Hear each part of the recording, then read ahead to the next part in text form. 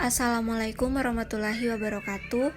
Saya Firastika dengan NIM 105721116120 dari kelas M20E. Pada video kali ini saya akan mempresentasikan mengenai sifat, langkah-langkah dan proses peramalan atau forecasting. Video ini saya buat guna memenuhi tugas ujian tengah semester mata kuliah Teknik Proyeksi Bisnis. Forecasting.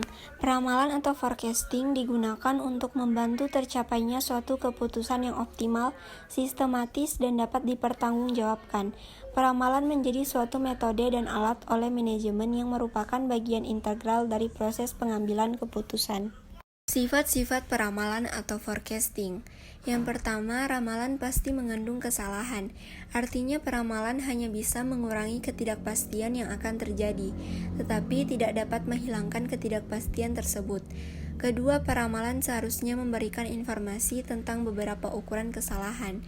Artinya karena peramalan pasti mengandung kesalahan, maka adalah penting bagi peramal untuk menginformasikan seberapa besar kesalahan yang mungkin terjadi. 3. Peramalan jangka pendek lebih akurat dibandingkan peramalan jangka panjang.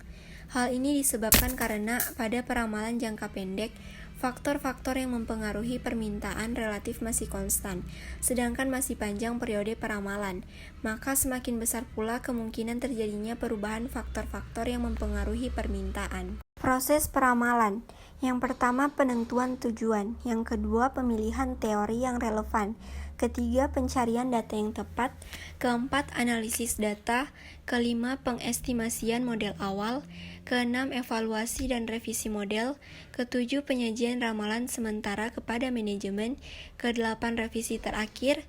Kesembilan, pendistribusian hasil peramalan. Dan terakhir, penetapan langkah pemantauan. Langkah-langkah peramalan atau forecasting. Yang pertama, menganalisis data yang lalu. Tahap ini berguna untuk pola yang terjadi pada masa yang lalu.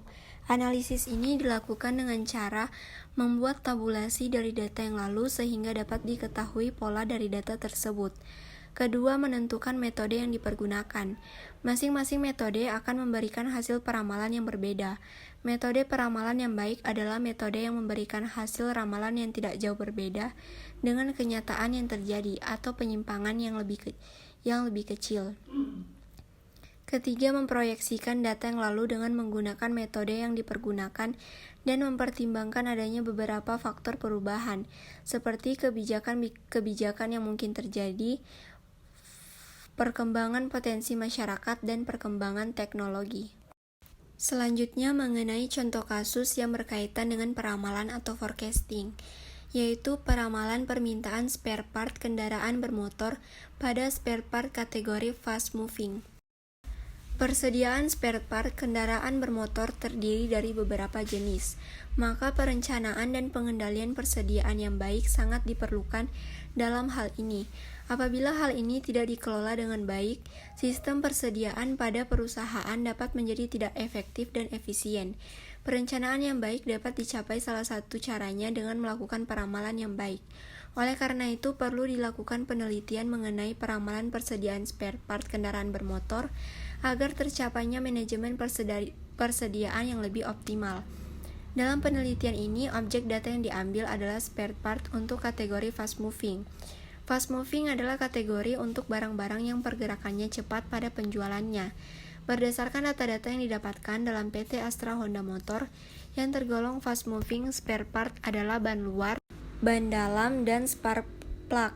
Hal ini dikarenakan produk-produk tersebut penjualannya memiliki rata-rata 100.000 buah dalam tiap bulannya dan memiliki nilai penjualan lebih dari 0 pada tiap bulannya. Berdasarkan data-data yang didapatkan dalam PT Astra Honda Motor, yang tergolong fast moving spare part adalah ban luar, ban dalam, dan spark plug. Hal ini dikarenakan produk-produk tersebut penjualannya memiliki rata-rata 100.000 buah dalam tiap bulannya dan memiliki nilai penjualan lebih dari 0 pada tiap bulannya.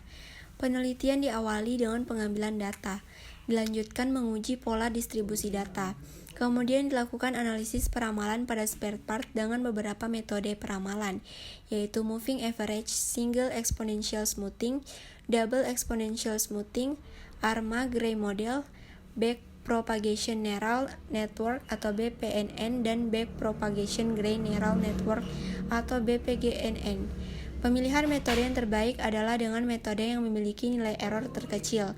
Berdasarkan analisis metode peramalan yang dilakukan, didapatkan bahwa sebagian besar metode yang terbaik untuk produk dan bandwar adalah dengan metode Backpropagation Gray Neural Network, diikuti oleh metode Moving Average dan Backpropagation Neural Network.